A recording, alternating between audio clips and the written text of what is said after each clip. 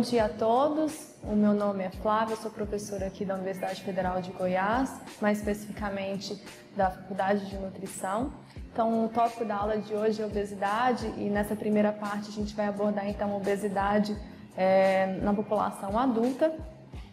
E aí eu queria começar essa aula fazendo uma breve explicação, né? Que quando a gente pensa nos primórdios, então lá na pré-história, como que era a vida, né, dos homens sábios? Então eles tinham que caçar e eles tinham um gasto energético muito grande para conseguir garantir o alimento. Então o nosso organismo ele foi feito para armazenar. Então o armazenamento de energia era uma forma de sobrevivência e acabou sendo um método de seleção natural. Então aquelas pessoas que conseguiam ter um armazenamento melhor de energia conseguiam sobreviver mais às condições daquela realidade. O problema é que hoje, né, na verdade, graças à evolução, o acesso ao alimento ele é muito mais fácil. Então hoje a gente não precisa caçar, não precisa colher, na verdade, basta ir ao supermercado, abrir a geladeira que o alimento está disponível.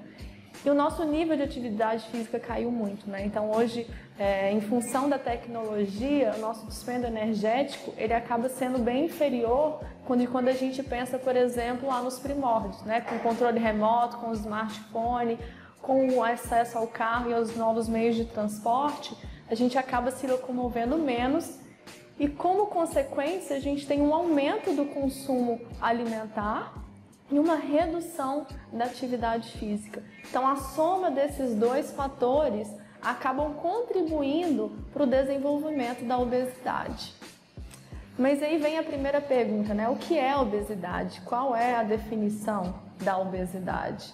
Então, segundo a Organização Mundial da Saúde, a obesidade ela é uma doença crônica. Então, o que significa ser crônico? Significa que vai se desenvolvendo ao longo do tempo.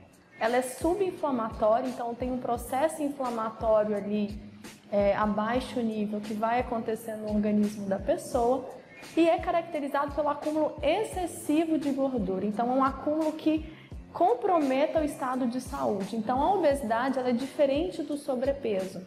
Claro que o sobrepeso é um fator de risco para o desenvolvimento da obesidade, mas a obesidade já é aquele acúmulo excessivo que vai comprometer a saúde do indivíduo. Então uma coisa que a gente nunca pode esquecer, né, dentro da prática é que a obesidade ela é uma doença e ela precisa ser vista e tratada como tal. E uma das coisas muito importantes, né, quando a gente fala de obesidade é que hoje se sabe que a obesidade é o principal fator de risco para várias doenças. Dentre elas a esteatose hepática não alcoólica, aquela doença no fígado, a apneia obstrutiva do sono, depressão, dislipidemias, hipertensão, diabetes mellitus tipo 2, câncer e tantos eventos cardiovasculares, né, que podem ocorrer no indivíduo em função da obesidade. E aí, falando um pouquinho da epidemiologia da obesidade, os dados da Organização Mundial da Saúde mostram que em torno de 13% da população mundial hoje encontra-se obesa. E aí, quando a gente pensa a níveis nacionais, o último estudo da Vigitel mostrou que em torno de 53% da nossa população está acima do peso, né? E claro que aí nesses números a gente inclui também o sobrepeso, mas esse é um dado muito alarmante, né? Mais da metade da nossa população encontra-se acima do peso recomendado. Ainda mais a fundo, então, no estado de Goiás, quando a gente pensa na nossa capital, em torno de 48,5% da população adulta encontra-se acima do peso. E aí, quando a gente estratifica isso para a obesidade, os dados são bem assustadores, né? Então, a obesidade nos últimos 10 anos, ela cresceu 60%. Então, antes, em 2006, quando a gente tinha ali uma prevalência em torno de 11,8% da população obesa, em 2016 esses dados eram em torno de 18 a 19%. Então, é um salto gigantesco quando se pensa na prevalência da doença.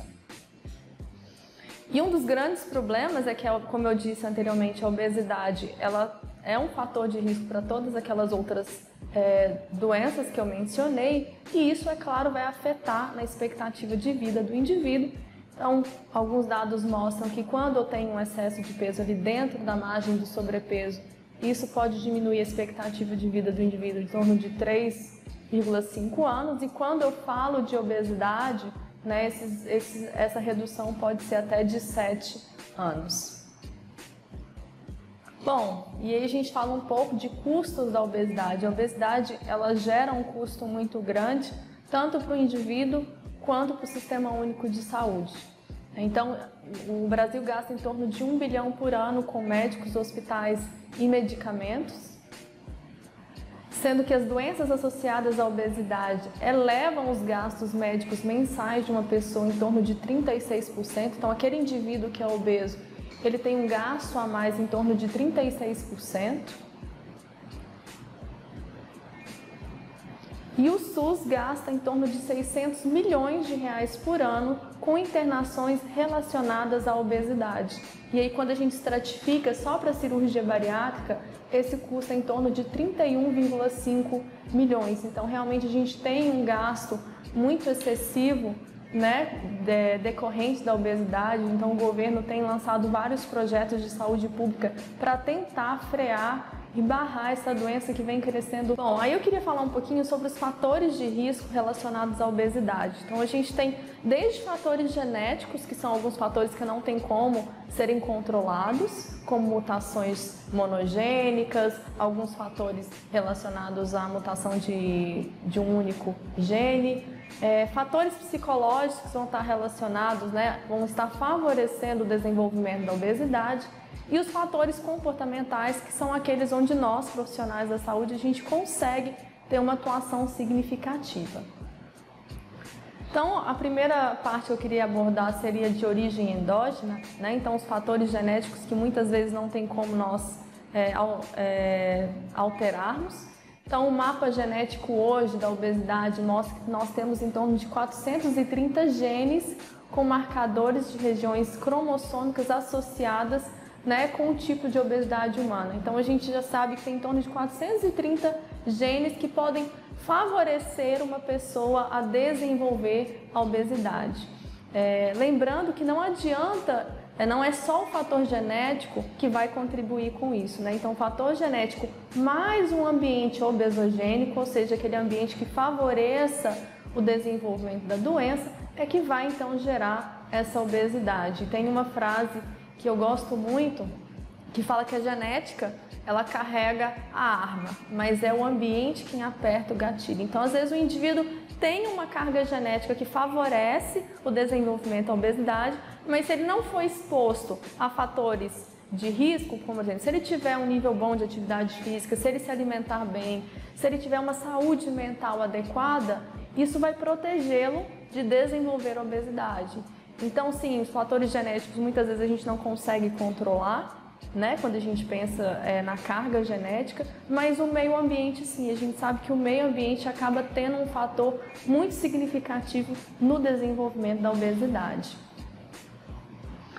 Bom, então quando a gente pensa, né, na probabilidade de casais terem filhos obesos ou não, aí pensando geneticamente falando, quando eu tenho um homem e uma mulher dentro do peso normal, a chance da criança ser obesa é em torno de 7%.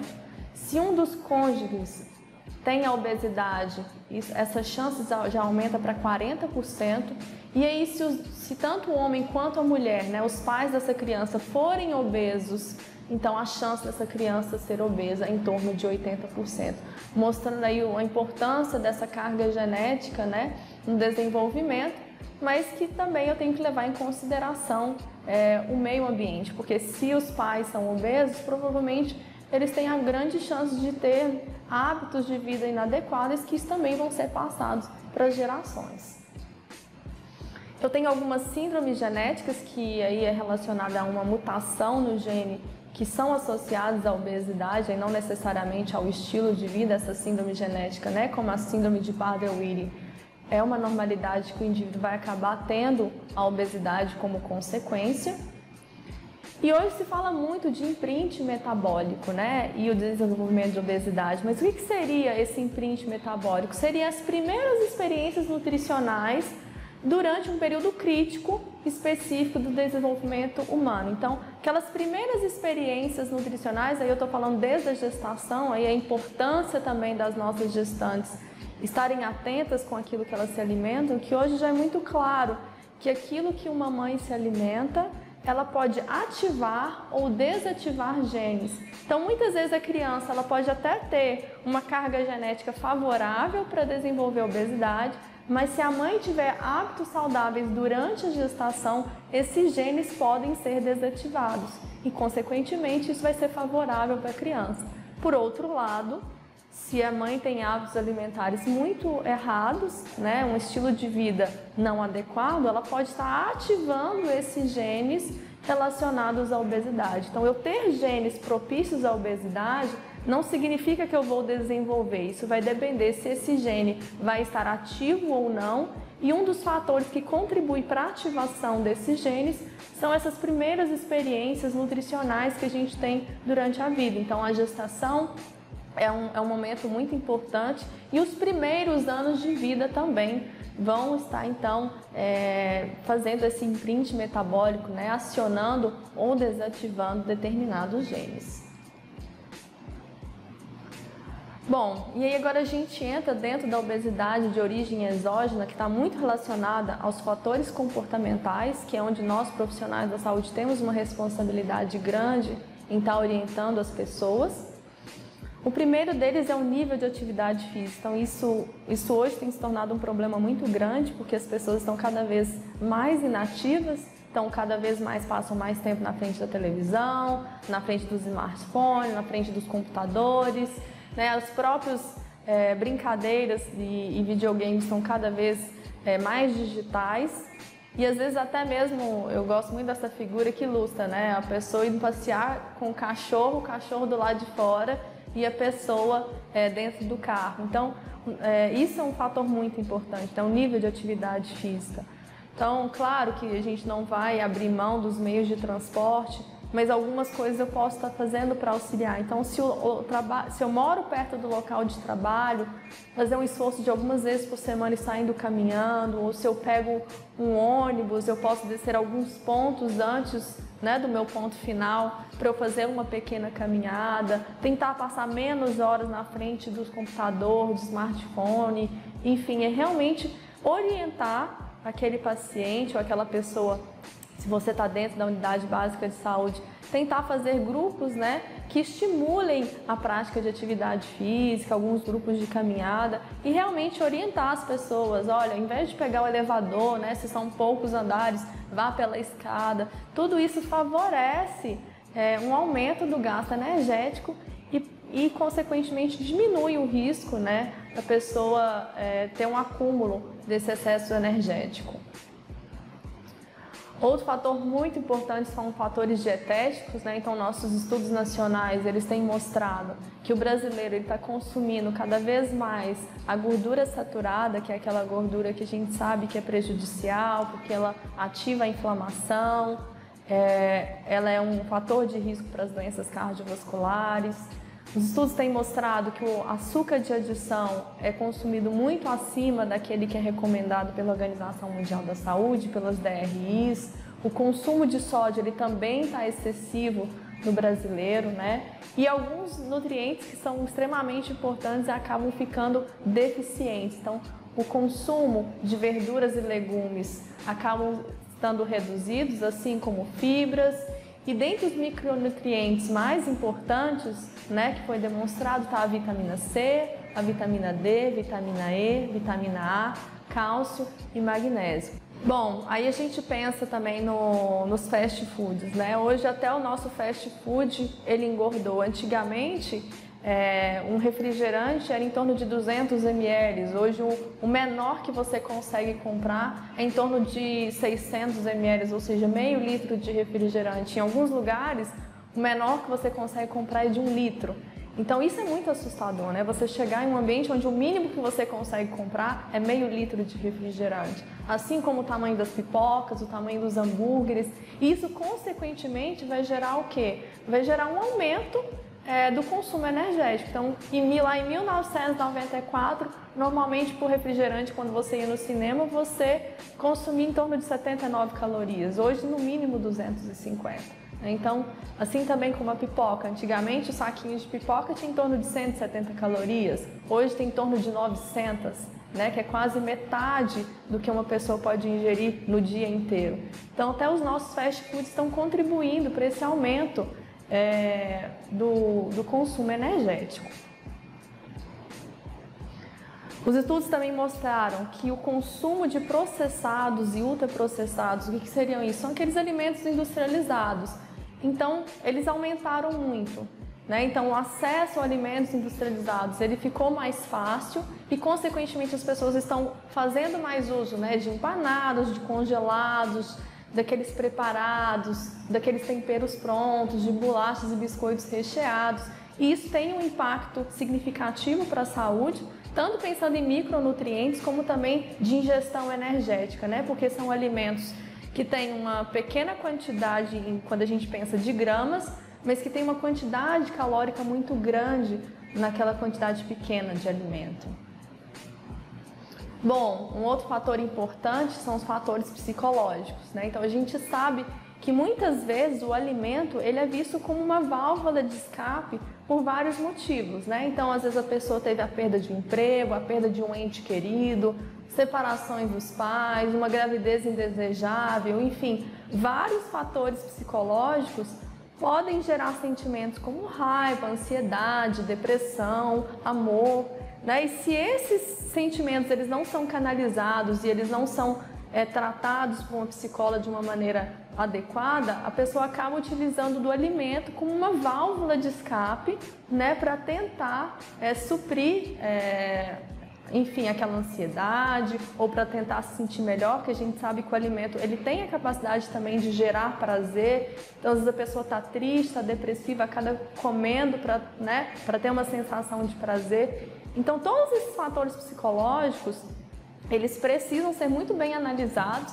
Então, daí a importância do profissional psicólogo no tratamento da obesidade, né, dentro das unidades básicas de saúde, para estar fazendo grupos de terapia, ou até mesmo naqueles casos mais específicos, onde a pessoa acaba tendo o alimento como um vício, o psicólogo acaba sendo um profissional extremamente importante, né? Porque muitas vezes não vai adiantar um nutricionista prescrever uma dieta se essa parte psicológica, né, não for tratada também.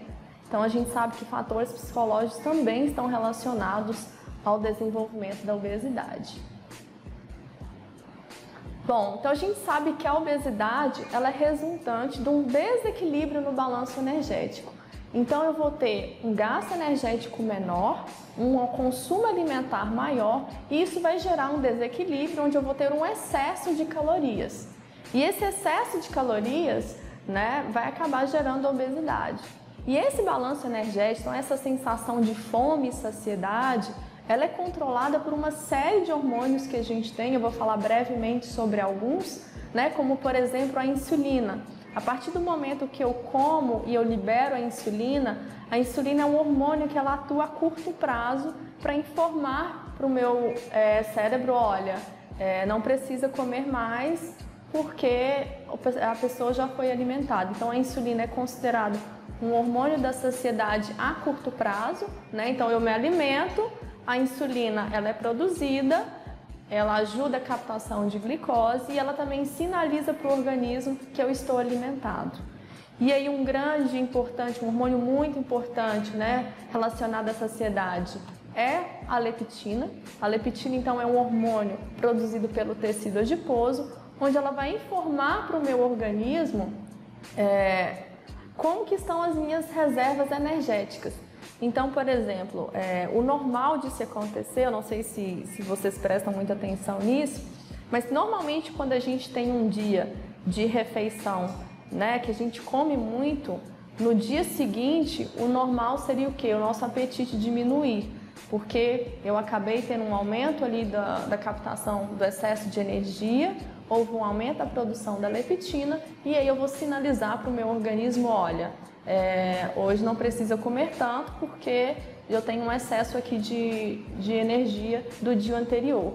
Então isso funcionaria muito bem se a gente excluísse os fatores psicológicos, né? Porque se a leptina, quanto mais, se ela é produzida pelo tecido adiposo e ela é proporcional ao tecido adiposo, ou seja, quanto mais tecido adiposo eu tenho, mais leptina eu produzo. Se a leptina é o hormônio da saciedade, teoricamente eu deveria sentir menos fome. Mas a gente sabe que a gente não se alimenta só por fome, né? Então, às vezes o meu organismo está até sinalizando que eu não estou com fome, mas por ansiedade, por depressão, ou até mesmo por prazer, eu acabo comendo, né, a mais pelo prazer que eu sinto em me alimentar. Mas teoricamente, então, a leptina é um hormônio extremamente importante que vai sinalizar a saciedade para o meu organismo sobre a quantidade de energia periférica, né, o quanto eu consegui acumular. Aí eu tenho a grelina, que está relacionada com o comportamento do apetite. Então a grelina ela é liberada pelo estômago e ela é um hormônio que aumenta a fome, então ela trabalha de maneira oposta à leptina.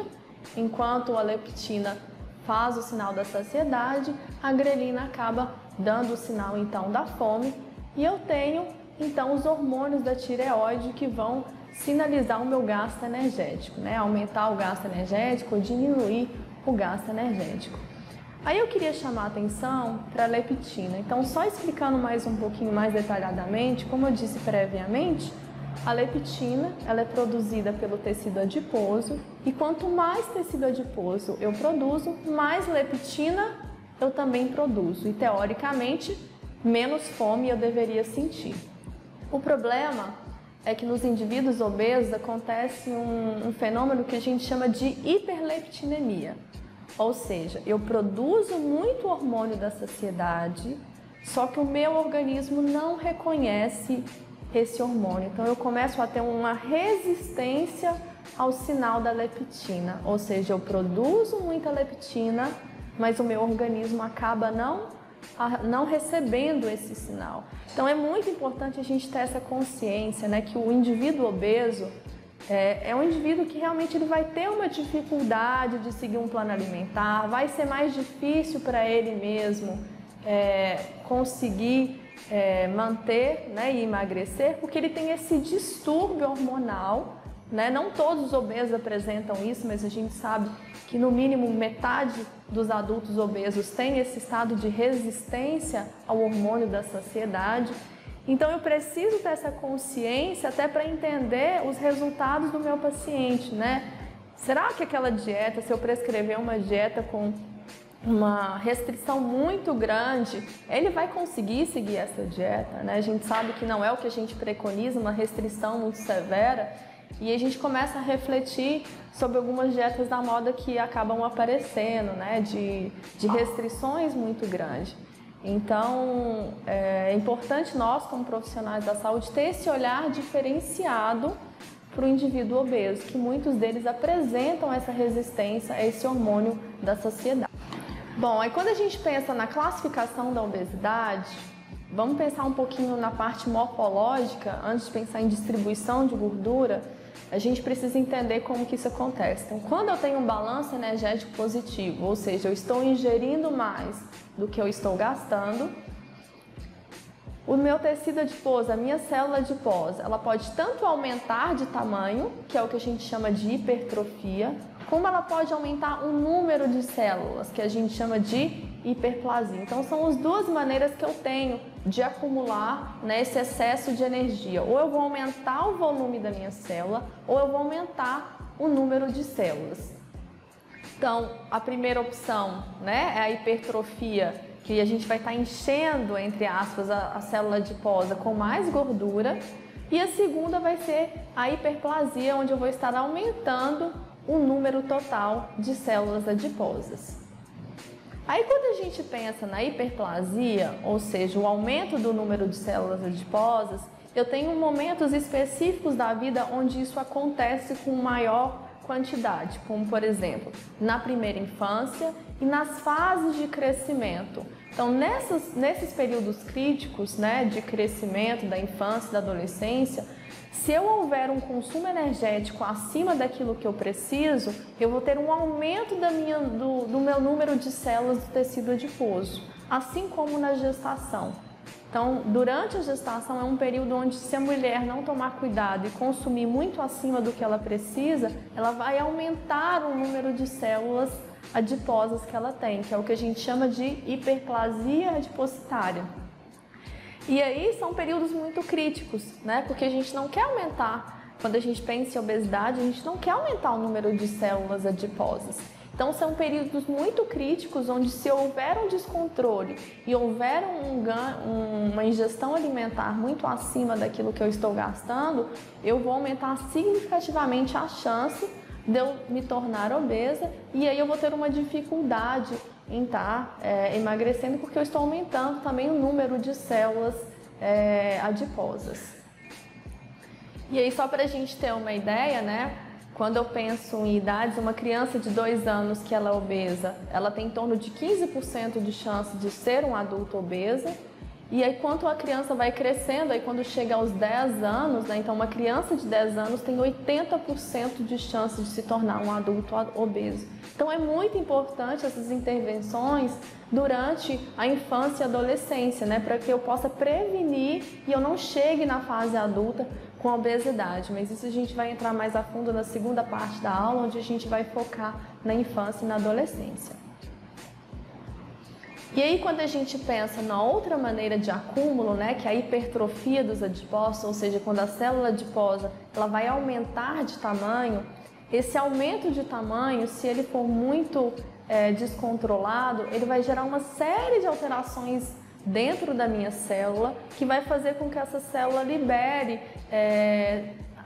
substâncias pró-inflamatórias. Então a célula ela vai enchendo, até chegar no máximo da capacidade dela, e quando ela chega nesse máximo da capacidade dela, ela começa a entrar em disfunção, ela começa a entrar no estado de falência, e realmente a célula morre por excesso de nutrientes. Então, esse excesso de gordura dentro da célula vai gerar um estado inflamatório, e esse estado inflamatório é um dos grandes problemas que está relacionado aos riscos de doenças da obesidade.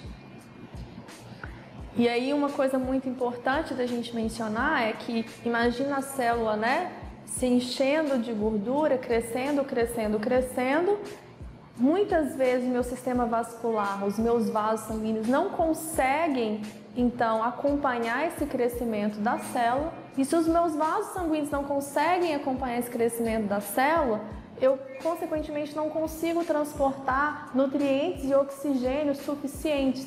Então a célula acaba entrando num estado de hipóxia, ou seja, eu não consigo oferecer oxigênio suficiente para a minha célula adiposa. Então isso é um dos fatores também que contribui para que a célula acabe entrando num estado de falência e liberando aquelas substâncias pró-inflamatórias, que é bem característico da obesidade. Bom, aí quando a gente pensa na distribuição de gordura, né, a obesidade ela pode ser classificada como androide ou ginoide. Então, a androide seria aquela obesidade mais central, né, que a gente costuma falar, né, obesidade na forma de maçã. Então, a pessoa acaba acumulando gordura na região abdominal, né? Então, o tipo de obesidade mais crítico está relacionado a mais doenças. E eu tenho o tipo de obesidade ginoide, né, que normalmente é mais visto em mulheres, onde eu tenho um acúmulo de gordura, não na parte visceral, mas na parte subcutânea, que é aqui perto do quadril. Então, é um tipo de obesidade que, quando a gente pensa em risco para doenças, ela acaba sendo melhor, né? Quando eu tenho um acúmulo de gordura na gordura subcutânea, né, aqui perto da região do quadril, a chance de eu ter outras doenças é bem menor do que quando eu tenho o acúmulo de gordura na região central. Bom, aí eu vou entrar um pouco dentro da parte de avaliação nutricional, porque é a minha área de expertise, né? Eu sou nutricionista, então, querendo ou não, eu acabo tendo que puxar a sardinha para o lado da nutrição. Então, só para a gente ter uma ideia, né, do que a gente tem que estar avaliando, como que a gente pode estar avaliando aquele paciente até eu chegar no diagnóstico de nutrição, ou de nutrição não, de obesidade. Então a primeira coisa que a gente precisa fazer é a antropometria, né? Então pesar aquele paciente, medir a estatura, calcular o IMC, então através do IMC que eu consigo ter uma ideia, né? Se o indivíduo está com sobrepeso ou se ele já é uma pessoa obesa. É muito importante, né, que eu pegue a circunferência da cintura, do quadril, a circunferência abdominal. Hoje já se fala muito da circunferência do pescoço também para medir o risco cardiovascular. Calcular a relação cintura e quadril para ver quais são as chances daquele paciente ter uma síndrome metabólica ou não.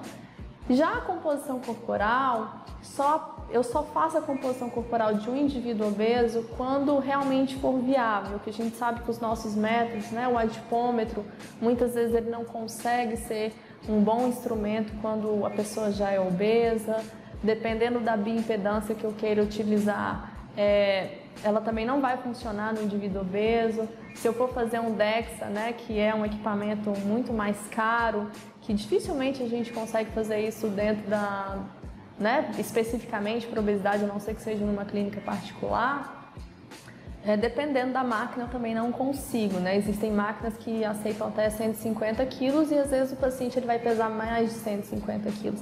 Então, quando não for viável, eu preciso é muito importante que eu pegue essas circunferências para eu ter uma ideia e para eu conseguir acompanhar então esse paciente.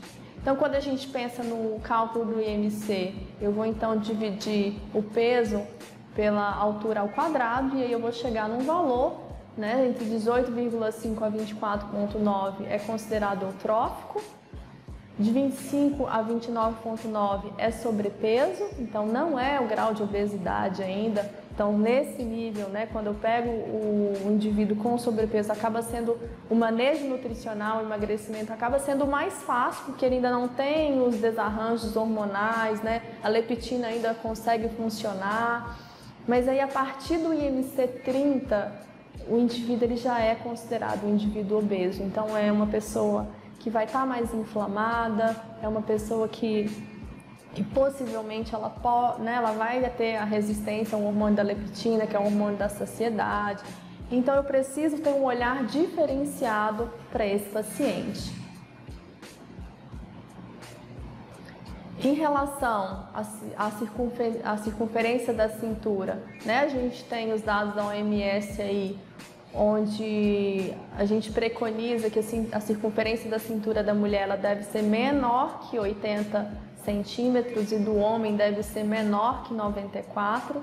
Então, acima desses valores já se encontram elevados e acima de 88 para mulher e acima de 102 para homem já é considerado muito elevado. Então, a circunferência da cintura é uma medida fácil de se fazer e eu tenho bons parâmetros, né, de pontos de corte já estabelecidos para complicações metabólicas. Então, acaba sendo uma ferramenta muito fácil e útil na prática clínica. Já a relação cintura em quadril, né, ela é mais utilizada quando eu quero determinar se aquele paciente tem a síndrome metabólica. Depois também a gente vai ter uma aula só de síndrome metabólica, que é uma outra doença que vai englobar a obesidade e outras características que vão favorecer o risco da pessoa ter eventos cardiovasculares. Então a gente tem como pontos de corte, né, 0,9 para homem e 0,85. Então eu vou pegar a circunferência da cintura e vou dividir pela circunferência do quadril e aí eu vou ter um valor onde eu posso comparar com esses valores de referência. Bom, aí quando a gente pensa nos inquéritos alimentares, várias são as ferramentas que nós nutricionistas temos para utilizar. Eu tenho desde registro alimentar, onde a pessoa vai escrever, né, durante 3 dias aquilo que ela consumiu. Eu tenho recordatório alimentar, onde presencialmente eu vou coletando as informações do que a pessoa consumiu nas últimas 24 horas. Eu tenho questionário de frequência de consumo alimentar, que vai me dar uma ideia, né, de qualidade, não necessariamente de quantidade de alimento. Eu tenho diário alimentar, então eu tenho algumas ferramentas que eu posso trabalhar, né, para eu conseguir entender como que é o consumo alimentar daquela pessoa. E aí, qual ferramenta você vai utilizar? Depende da população que você trabalha. Se você trabalha com um número muito grande de pessoas, está dentro de uma unidade básica de saúde, você trabalhando a nível populacional, muitas vezes o questionário de frequência de consumo alimentar acaba sendo uma ferramenta mais prática, né, do que, por exemplo, o registro alimentar ou o recordatório. Mas dentro da prática clínica ambulatorial, o recordatório ou o registro alimentar acabam sendo ferramentas que me dão mais noção de quantidade calórica, de macro e de micronutrientes. Bom, quando eu penso nos exames bioquímicos, é sempre bom a gente ter um hemograma completo, porque às vezes o paciente é obeso, mas ele pode ter uma carência de ferro ou ter uma anemia, né? Não necessariamente o indivíduo obeso ele estar bem nutrido. Então hoje a gente fala muito sobre a desnutrição da obesidade, né? O que é isso? É aquela pessoa que tem um excesso de peso, então pelo IMC ela é obesa, mas quando a gente pensa em micronutrientes, ela está em déficit em vários desses micronutrientes. Então o hemograma completo é sempre interessante, né, a gente pedir. O perfil lipídico completo, então colesterol total, HDL, LDL, VLDL, triglicéridos. É importante eu estar avaliando desse indivíduo obeso para ver se ele não tem alguma dislipidemia, né, alguma alteração de colesterol. O perfil glicêmico, né, então a glicemia de jejum é muito importante para eu saber como que está o metabolismo da glicose, né, se é um paciente que já está atendendo para o diabetes ou não. E dentro da prática clínica, hoje a gente fala muito em pedir a insulina e o ROMA. O ROMA é um cálculo que a gente faz com a glicemia de jejum e com a insulina, e dependendo do valor que dá esse ROMA, ele já me indica se aquele paciente é um paciente pré-diabético. Né? Então a gente sabe que antes da diabetes se instalar, existe todo um processo. Então o ROMA, ele me dá um indicativo de que aquela pessoa está num estado de pré-diabetes. Então acaba sendo hoje muito utilizada na prática clínica. Quando possível também os hormônios tireoidianos, né, para que eu possa verificar se não tem nenhum distúrbio da tireoide ali. Claro que se vocês identificarem alterações nesses exames, precisa ser encaminhado para o médico. Muitas vezes os pacientes já vão vir com esses exames por encaminhamento médico, tá? Mas são exames que, quando a gente fala de obesidade, são interessantes, são extremamente importantes de serem analisados. O exame físico, né? O exame físico, algumas coisas que eu posso estar observando é se o paciente relata cansaço, sonolência, porque isso pode estar relacionado com distúrbios de sono. Então a gente sabe que a obesidade é um fator de risco para os distúrbios respiratórios do sono, e se a pessoa não dorme bem, ela acaba tendo cansaço, uma sonolência. Pode ser também um indicativo de alguma carência nutricional, né? Por exemplo, o ferro ou a vitamina B12 relacionado à anemia. É importante a gente estar aferindo a pressão arterial, né? Então, dentro das unidades básicas de saúde, dentro do consultório, sempre ter um equipamento ou alguém para aferir isso para vocês. A acantose nigricans, né? Que é essa mancha em volta do pescoço, ele é um marcador muito importante de resistência insulínica, então é um sinal de pré-diabetes. Então, se você vê um paciente, né, que tem essa mancha escura ao redor do pescoço, e isso acaba sendo mais fácil de visualizar em pessoas que têm a pele mais escura, isso é um sinal alarmante de que a pessoa pode estar com pré-diabetes, tá, com uma resistência insulínica. E outro fator importante de ser avaliado também são a presença de xantomas, né, que são esse acúmulo de gordura aqui na região dos olhos, das pálpebras, que ele normalmente está relacionado com o processo de aterosclerose, que é um processo muito importante quando a gente pensa na doença cardiovascular, no infarto, no AVC.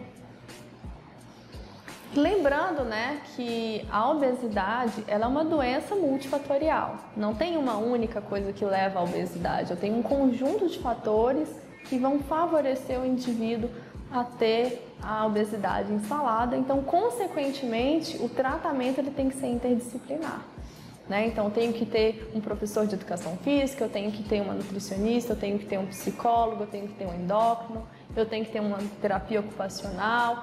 Então, eu tenho que ter uma equipe multiprofissional, de preferência interdisciplinar, para tratar então aquele indivíduo que tem uma doença que é a obesidade.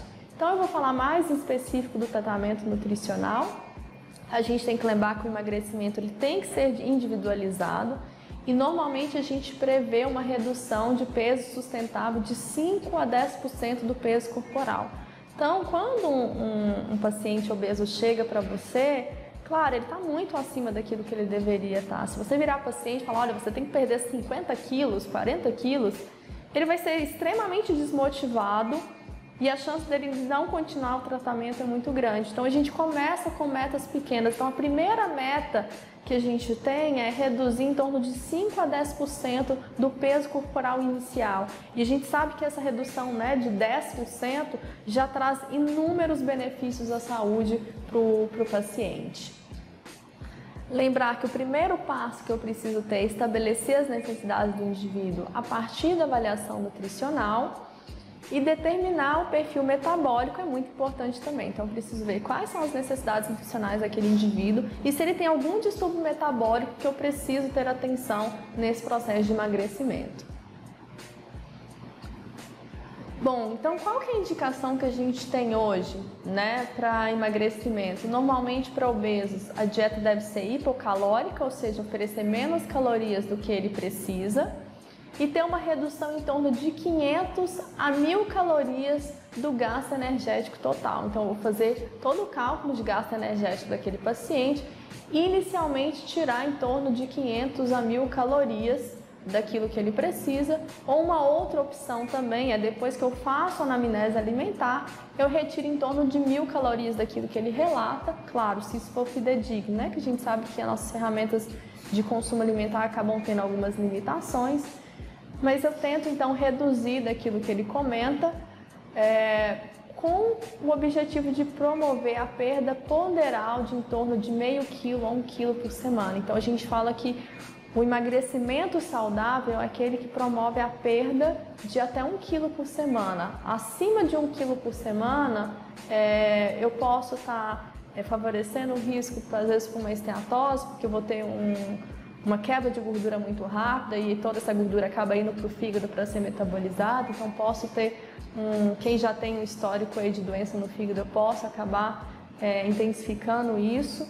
Sem lembrar que quando eu tenho restrições muito severas, né, para ter uma redução de mais de 1 quilo por semana, eu acabo tendo que reduzir muito. Então, isso acaba dificultando a adesão ao tratamento.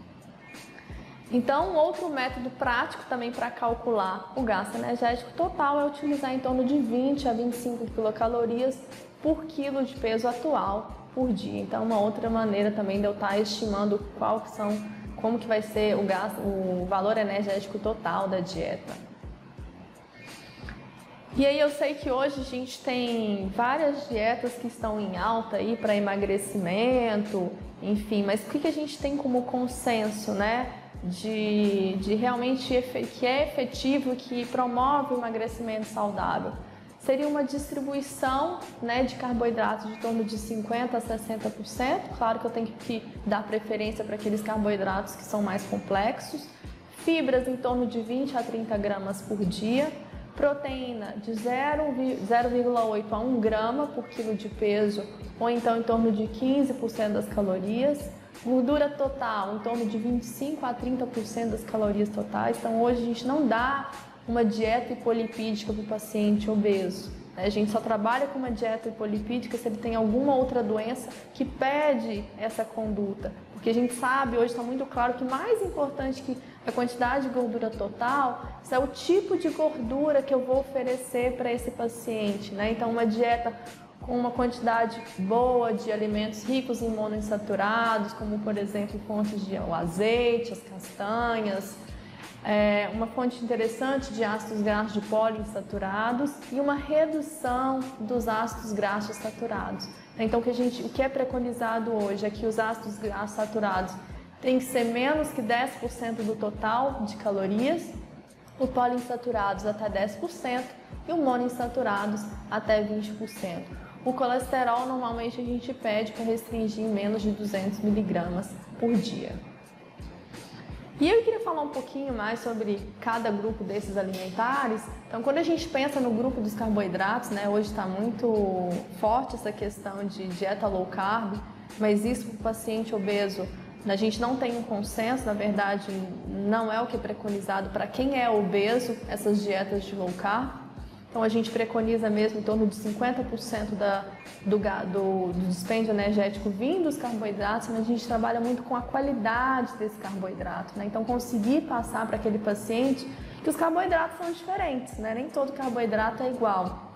Então, a base daquilo que ele vai consumir tem que ser, né? Deve ser aqueles alimentos integrais, então o arroz integral, a aveia, a granola, o pão integral. E aí o que a gente escuta muito é: ai, Flávia, mas né, eu não dou conta de comer isso todo dia. Então, uma das estratégias que a gente usa dentro da prática clínica é estar sempre mesclando, né? Um dia eu como integral, outro dia eu como branco, aí o dia que eu como arroz branco eu tento comer o pão integral. Então, tá tentando alternar isso, tentando favorecer com que a maior parte dos carboidratos que eu consuma sejam integrais e o mínimo possível, né, do carboidrato simples, que seria aqueles alimentos açucarados ou o próprio açúcar de adição. Lembrando, né, que a gente tem que tentar trabalhar com o máximo possível de alimentos integrais ou minimamente processados. Quando a gente pensa em fibras, né, a gente procura selecionar aqueles alimentos mais integrais ou minimamente processados. Quando a gente pensa nas frutas em específico, a recomendação é em torno de 3 frutas por dia. Claro que isso pode, dependendo do paciente, você pode até colocar mais frutas do que isso. A gente trabalha no mínimo com 3 frutas. Ensinar para esse paciente, né, que a gente tem que dar preferência para as frutas frescas, né, que nem todas as frutas são iguais, então eu trabalho primeiro com as frutas frescas. As frutas secas acaba sendo uma estratégia bem interessante quando eu penso naqueles pacientes que têm compulsão por doce, que têm muita necessidade do sabor adocicado, mas que elas também não podem ser a base, né? Eu não posso comer todas as minhas porções de frutas secas, porque elas acabam tendo uma quantidade energética maior. E compotas e frutas caramelizadas são vistas como doces, né? Então, apesar de ter a fruta ali, eu acabo tendo uma adição significativa de açúcar. Então, elas devem ser pouco consumidas. Quando eu penso nas hortaliças, a recomendação é de 3 a 5 porções, né? Isso vai depender de qual pirâmide eu estou trabalhando. Lembrando que os vegetais também não são todos iguais. Então, os folhosos acabam sendo a base da pirâmide, né? Quando eu penso que eu tenho que controlar a quantidade de energia, os folhosos acabam sendo muito interessantes porque a quantidade energética é muito baixa e eles têm uma saciedade muito boa, né? Diferente do milho, da batata doce, da mandioca, né? Que apesar de serem vegetais, né, eles acabam tendo uma quantidade significativa de carboidrato e, consequentemente, uma quantidade significativa de calorias. Eles podem ser consumidos, mas não pode ser a base dos meus vegetais consumidos. Aí só lembrando da importância das fibras, né, quando eu penso no processo de saciedade, que um dos grandes problemas para a pessoa obesa, principalmente quando eu penso em quem tem a resistência à leptina, é se sentir saciado. Né? Então a gente sabe que as fibras têm um papel muito importante nesse processo de saciedade. As fibras insolúveis, elas acabam, além de ajudar a saúde intestinal, dão uma maior saciedade, porque quando eu penso, né, em tudo aquilo que é cru, eu preciso mastigar mais. Se eu mastigo mais, eu acabo dando mais sinalização para o meu cérebro lá no hipotálamo de que eu estou me alimentando. Tudo isso eu favoreço, então, o sinal da saciedade, assim como o volume. Né? Quando você come um prato farto de verduras, de hortaliças, eu acabo ocupo um espaço no meu estômago e eu tenho então uma sensação de saciedade. Já as fibras solúveis, né, elas acabam formando um gel no estômago e esse bolo alimentar ele fica mais viscoso, então ele ajuda no controle glicêmico, então isso ajuda muito, né, a não ter picos de glicemia e, consequentemente, eu não tenho picos de insulina.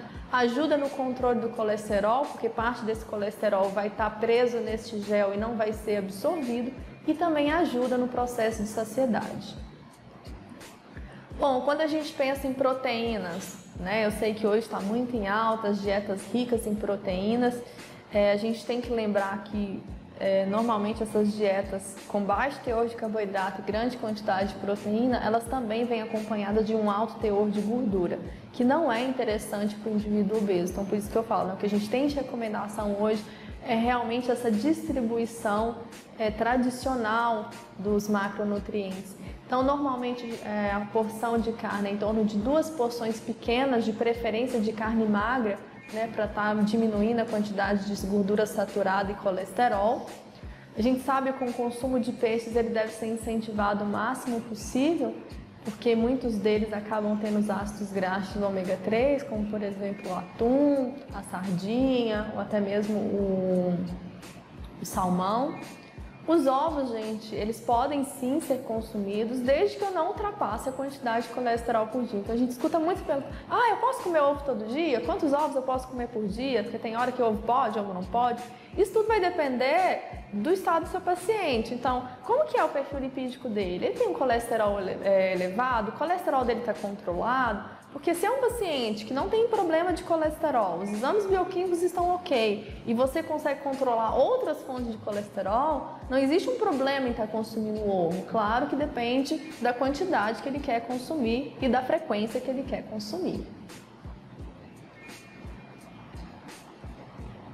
Lembrando que as proteínas elas podem ser substituídas por leguminosas como soja, grão de bico, feijões, lentilhas, né? Então vocês podem eventualmente ter pacientes que são vegetarianos e que não querem consumir carne, então a gente consegue ter esse consumo de proteínas por outros substitutos.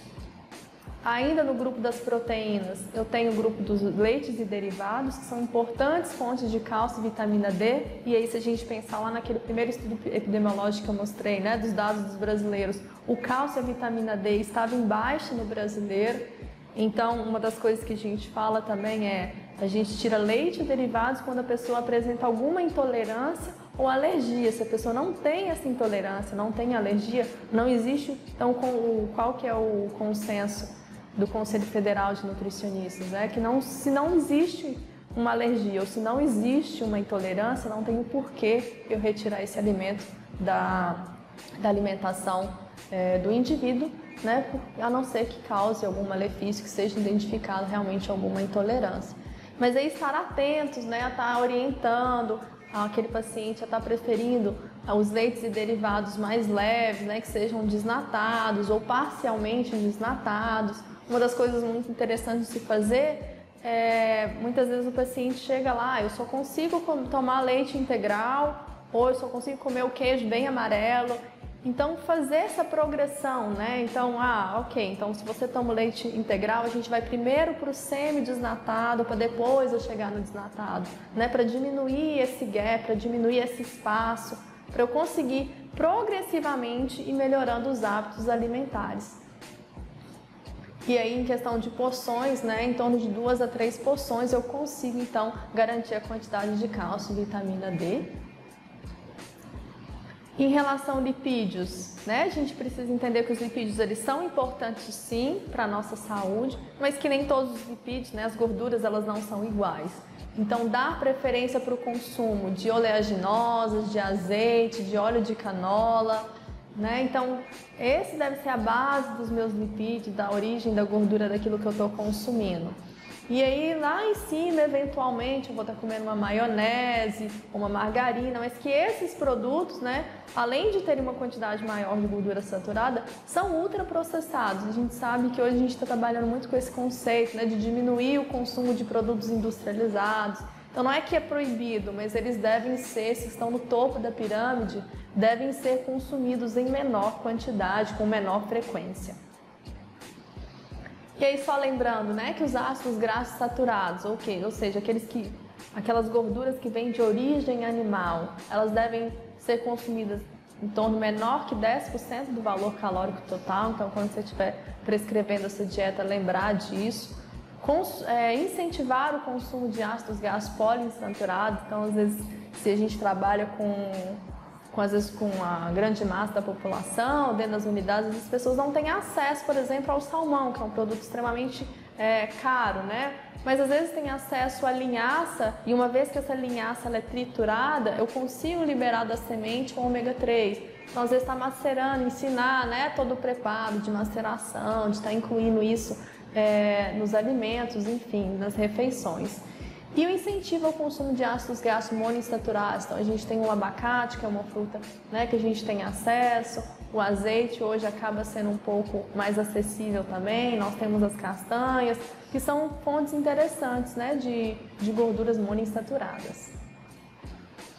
Lembrando que as vitaminas e minerais eu consigo alcançar, na maioria das vezes, através do consumo correto, né, do número de porções de frutas e hortaliças e de alimentos integrais.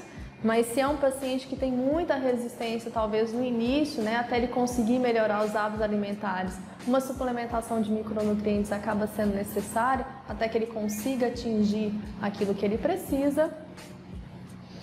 A restrição de sódio é extremamente importante, né? Porque a gente sabe que o paciente obeso ele tem um risco maior de ter doenças cardiovasculares, mais especificamente a hipertensão. E aí, se ele consome o sal em grande quantidade, eu acabo aumentando essa chance. Então, realmente orientar, diminuir o consumo de produtos defumados, enlatados, salgadinhos, conservantes, embutidos, aqueles temperos prontos, né, que a gente compra industrializados, realmente está orientando em relação a isso e dando algumas soluções, né? Como que eu posso trazer sabor aos alimentos quando eu abro mão desses produtos industrializados? A gente tem, graças a Deus, a gente tem uma fartura muito grande, né, de ervas aromáticas que podem ser utilizadas, como louro, alecrim, tomilho, orégano, o manjericão, o próprio açafrão, que é muito comum aqui na região do Goiás.